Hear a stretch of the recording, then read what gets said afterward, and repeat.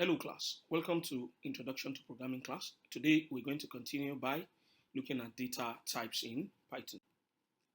Now, the common data types and operators in Python. A data type is a means of classifying a value and determining what operations can be performed on it. So it is worthy of note to know that a data type, all objects must have a data type, while operators are symbols used to carry out specific functions or computations. So if you look at by the right, you can see that table, the first table showing us different types of data type. We have Boolean, which gives that Boolean value. We have integer, float, list, tuple, string, set, frozenet, dict, which indicates dictionary, aka dictionary, and so on and so forth. Also look down, there's also a table showcasing operators, which we shall discuss them subsequently. Now, let's look at integer as a data type, which is commonly referred to as int. You say for integer or whole number, positive or negative without decimals or unlimited length. So indirectly we are saying that what? Integer numbers are what? Whole numbers. They are positive or negative, but without decimal of unlimited length. So it does not contain decimal. It's simply a whole number. Whether it's positive or negative, is this refers to as an integer. Here you can see some examples of integer where we say print 24636 up to 765.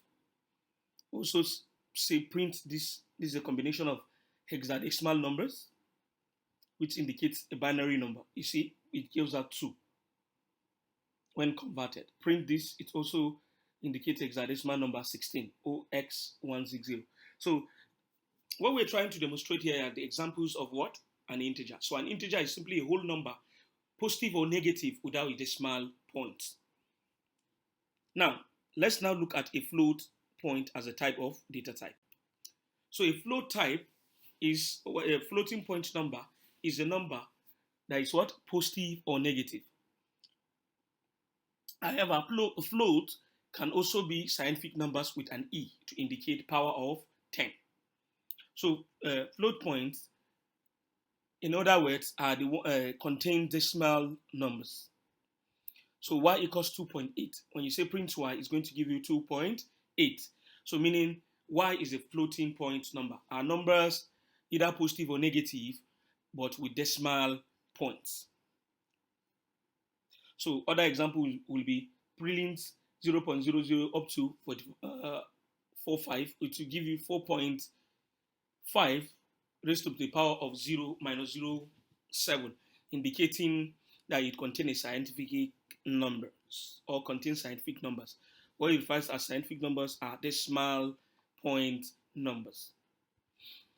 So now that we've seen int, we've also seen float. Let's now go ahead and look at other types of data or other data types. We have the Boolean and the string. So, and a Boolean type only have 2 values, true or false. So object of Boolean type may have only one of 2 values. It's either it is true or false. So the type can be true. It can also be false. So that's just a simple type true, class bool, type false, class bool, indicating that the type is what? Boolean. It can only exist in one of the 2. It's either it is true or false. While string also is a collection of characters enclosed in a double quote. Print Science College. So the value will be Science College because it is enclosed within a quote. It can either be enclosed within, I've illustrated, it can be within a double quote. It's also applicable in Python that a string can also be covered in a single quote. But hence, mind you, it can be it becomes invalid or it generates syntax error when you have an opening quote without a closing quote. So similarly, it doesn't matter whether it's a single quote or double quote. They must have both opening and closing quote, and this is class string.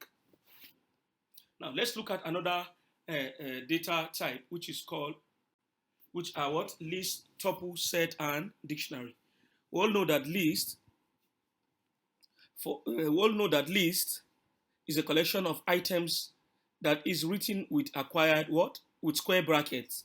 So it is mutable, it exists in mutable order and allows duplicate numbers. Example, list equals 1, 2, 3, A, B, C, 7, 8. So this is example of a list. So this square bracket, whenever you see a variable, let's say HND1 equals, then square bracket, open square bracket, 1, 2, 3, or it begins to list out the names of students in class. That is an example of a list data type.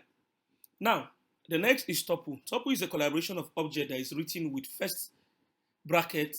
It is immutable. So tuple is because you can see it's unlike the list. The tuple use the normal bracket. It's the normal what bracket instead of a square bracket. It uses the normal bracket. That is the difference between a tuple and a list. While a set, it is a collection of elements that is written with curly brackets. So you can see the easiest way to differentiate between the major difference between these types is you should know that a list contains square brackets, while a tuple normal brackets, a set curly brackets, while a dictionary is a collection which is ordered, changeable, and does not allow duplicate. So you can see that in a set duplicate is possible. No, in a tuple, in a list, all this you can do duplication, but in a dictionary there is no what duplicate. It is written with curly bracket and objects are stored in key value format. So you can see it. 1 colon A. That is how it is stored. So you can see there are differences. Each one has a particular difference. So it's easier to distinguish dictionary among the other data types because dictionaries are stored with value format. For you to say A just exists as an element in a list, in a dictionary it doesn't. It has to come with a value, 1 semicolon, then in quotes the character or set of characters. So now we've seen the different data types and everything. So there are some paramount key inbuilt functions in Python that we ought to have studied. This includes like the print function. Is a very important function in Python. Now, the print function. What does the print function do? It outputs the outcome, or it's used to produce output in Python. So if you look at that simple example, built-in function or method, it is a built-in function or a method. Print good morning or print good morning. The output will be what? Good morning, all the same. Because it's saying you should print good morning. Print workshop on Python or print workshop on Python. They all give you the same result. Print workshop on Python. So print is used to print out what? Information to the user. This is further examples of print where how print can be used. But however, in this case, we cited example, or we did this example with another thing that needed to be explained. The slash n is talking about a new line. It's telling that, okay, print workshop on Python followed by a new line. It's saying that, okay, break each code in a separate line. Workshop separate, on separate, Python separate. But you know, normally, initially from the previous slide, it's when you say print without specifying let it print, it's going to print everything in one line because there was no specification for it to print in separate lines. So similarly, if you go down, you see print sep equals empty without specifying it, it print on the same line, but with separating with comma because these commas are already defined within the printing. Similarly here too, there are other that we did the same thing. Actually, it's not the same, but we introduced this percentage used as a placeholder for integer values. So percentage D is used as a placeholder for integer value, while percentage F is used as a placeholder for decimal value, while percentage S is used as a placeholder for string. So you need to understand, for D, integer, for F, decimal, for S, string. So A equals to B equals tiger, which is a string. A, it is an integer. So if we print A, it is an integer, while B is what? a string. So the output will be 2 is an integer while tiger is a string. Alternatively, we can say, okay, print %d is an integer while print %s is a string. So output will be, at the end, we now pass in the variables a, b. So 2 is an integer while tiger is a string. So there are numerous ways we can use print functions. Can be used doing different things, all and all and all. And these are plenty of examples I've used print for you to understand this print function. So the next thing is we need to also introduce you to input and output functions.